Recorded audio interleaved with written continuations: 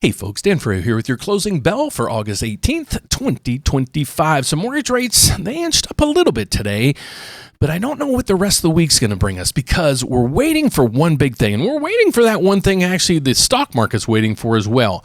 Right through here, it was ticking across the board through here, but we're trying to figure out why the market, even the S&P, which keeps hitting record highs every day, why didn't it even move a point? Well, it's down right through here in the kind of the headlines. Stocks dipped to start the week as traders await Powell's speech. What's he talking about? Where's he talking? And what's he going to say? Well, that's what we're going to talk about in today's video, folks. So my name is Dan Frio. I come out to you each day to try to help you understand what's going on with these and why they're changing. So what we're going to talk about today is what Federal Chairman Powell is going to do, where is he going to say, and where's he going to say it? Well, he's actually meeting in Jackson Hole, and that's basically what all the markets are waiting on right now. So if you go to the equity markets, and I actually watched the closing bell video to figure out, did I miss something? And they're like, no. Everybody's on pause right now, just waiting to see what Federal Chairman Powell has to say in Jackson Hole. Well, what Jackson Hole is it's a meeting once a year that all the financial people from the world come to, and they give us their projections on how their countries are doing, what they're doing about it, and what their outlooks are. Well, Chairman Powell's going to come in this time, and we don't really know what he's going to say. Is he going to be hawkish? That means, they're going to stay where rates are, maybe even increase them? Maybe he'll come out and be dovish. And what dovish means is he's going to be like, oh, okay, well, we probably should lower rates to be a little more cautious. Or where's he going to be? Well, even the markets are on standby right now. So let me give you my thoughts. Let's get over to what we're seeing right now in the headlines. So right through here, we're going to get today building permits, housing starts, the Atlanta Fed GDP. That's all coming tomorrow, folks. And this is going to give us, how robust is the housing market right now? Well, if you focus in on this for a second, let's just do this for 1 second. Berkshire Hathaway just announced today he's taken two major positions in two home builders. Let's go over to that real quick. And I haven't done this in a while, but let's get over to the home builder section of this. I want you guys to get this person's take on where the home builders are. I watched it briefly.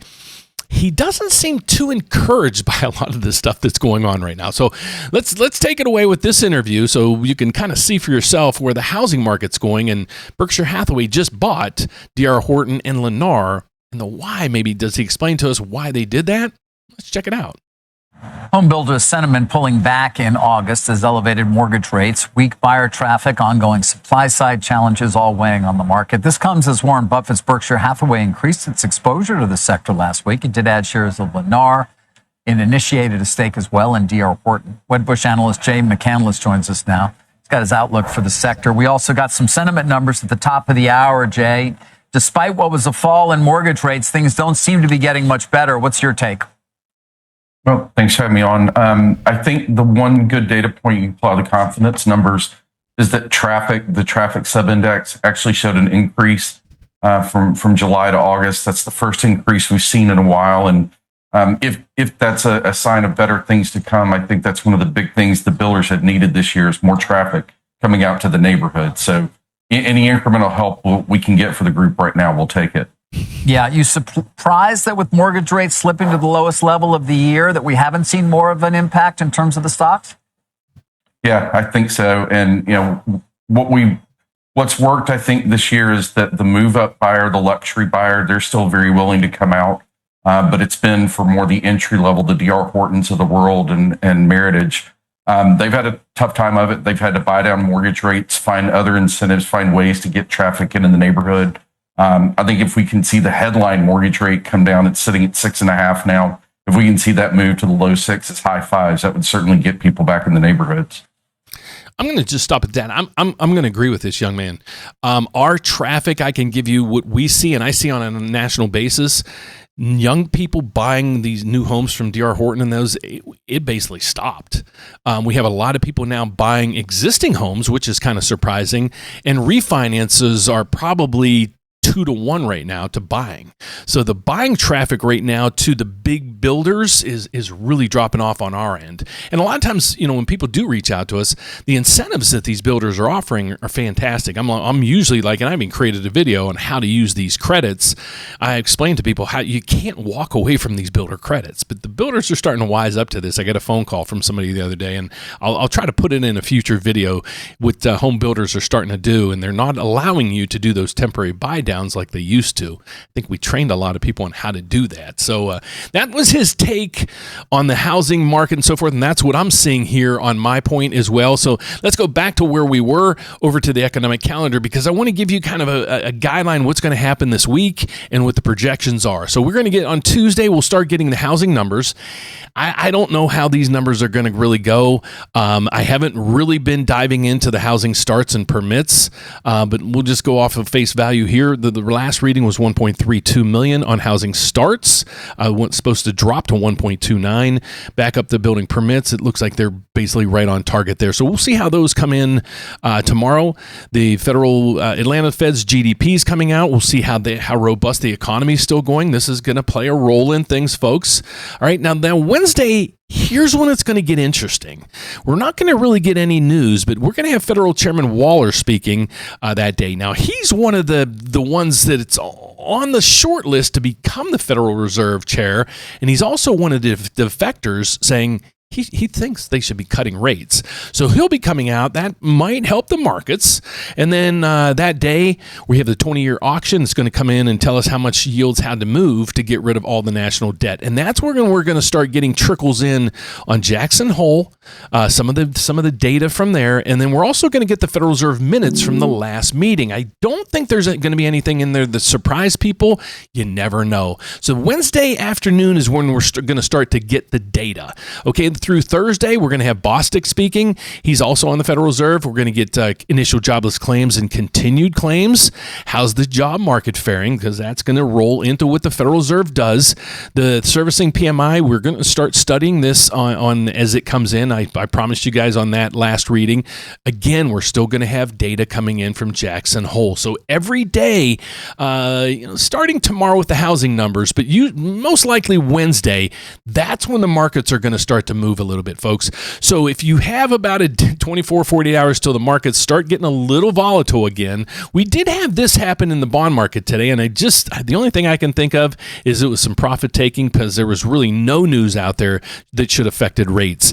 MBS was down 10 ticks. We gave up 0.01, I think, on the rate charts. So that's what we're seeing today. Federal Reserve, are they expected to change rates? We go to this every day. If you're new to my channel, let me explain to you guys what I do. And even to the people that are watching me on a daily basis, here's my goal, folks. My goal is in the morning, give you 6 to 7 minutes of data that you can kind of, okay, that's a synopsis of what the day is going to look like. At the end of the day, my closing bill, same thing. I'm trying to get everything done within 6 and 7 minutes to give you how the market's closed, why they closed, and what to look forward to in the next day or two that's coming. So we're looking at right now, this is the CME FedWatch Group. It's a website that basically kind of gives us insight of what the Federal Reserve is going to do at the next meetings or the meetings throughout the next year even. So in 29 days, the Fed's going to meet, and I think this is blown up a little bit too high, but there's only an 83% chance now that it's showing the Federal Reserve is going to cut the rates. Hold on, folks. Let's get over to this. We got the probability screen, and maybe it was 83 this morning, but this was... let me go through the chart with you. Across the top here, this gives us the federal funds rate on where it is, where it's projected to be. Right now, we're at 4.25 to 4.5, right there. Okay, and I can prove it to you right through there. Okay, this is the federal funds rate right here. This is what the Federal Reserve watches. All right, you go over to this, and there's an 83. This was 99% chance, I think, last Friday or Thursday or something like that. So this number keeps moving. I'm still pretty confident that they're going to cut rates unless we start seeing some job numbers that are really, really good, and we see inflation starting to really ratchet itself up. So that's what we're looking at there. I don't think either of those are going to occur, so I'm pretty much saying that they're going to cut rates at the September meeting, and then question mark from there on for me. Then it goes from there, and where we're going to go from there. So let's just focus in on the next meeting, folks, on what the Fed's supposed to do. So there's an 83% chance they're going to cut.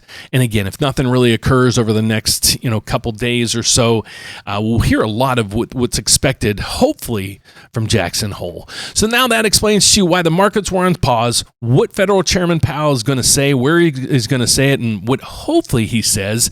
Hopefully he comes out and just says, the markets are okay. Tariffs aren't putting as great of an impact on things as we're seeing it. And with all the defectors from the Federal Reserve, this is the first time since, I think, 1995 that there's more than one defector that's saying that rates should come down, putting a little more pressure on him to cut rates. So I think between all of that, they will be cutting, but we're going to focus in next on what's going on with Jackson Hole and how those and that news will be affecting these things over through here, folks. So my name is Dan Frio. Who I am and what I do, I'm actually a mortgage loan officer. I hold a federal license. That means I'm licensed in all 50 states as well as Puerto Rico. I work at a bank and trust, and that's why I'm federally licensed. The cool thing about the place I work is, I bet the best way to describe us is we're a large brokerage, folks, but I can't say that because we're actually a bank. So we are set up with 33 lenders. Why am I telling you this? Well, we have a slogan here: one application, one credit pool, and we're going to compare your loan to over 30 different lenders. So here's how it works. You put in your application right up through here, and I work at a bank, and I'll get you approved. Now, here's where the interesting thing is. I don't care if you're looking to refinance or you're looking to buy. We've been seeking out programs like this for you, but what we're going to do is get you approved, and then we're going to search with all the lenders we have who has the best program, who has the best rate, who has the lowest fees. I don't care if it's my bank or not. I'm going to make sure we go to that place for you guys, and I'm going to work with you during this whole entire process. How's it work? Well, just reach out to us, folks. You can find us at therateupdate.com. Give us a call right up there at the top. You can call us at 844-775-5626. Most likely you're going to talk to Alan or myself, Dan. But if you want to ask me a specific question, just click Ask Dan right through here on our website. If you're looking to buy a house, folks, you got to check out this. This is up to $7,000 in down payment assistance with no payback, no lien on your property. You don't owe any of the money back.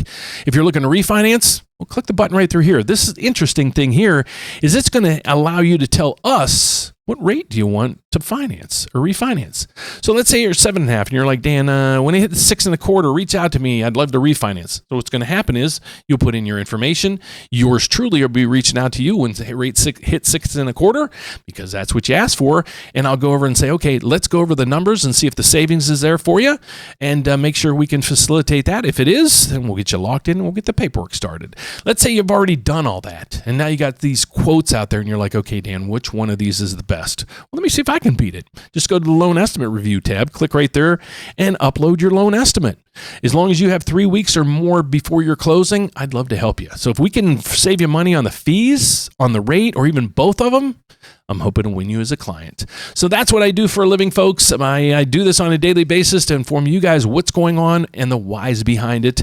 And that's what happened for today. So join me back tomorrow morning live. Well, not live, but I'll give you the morning update or the opening bell on what's going on with these and the whys behind it. Thanks for watching. Take care. God bless. Have a fantastic evening. See you tomorrow. Bye-bye.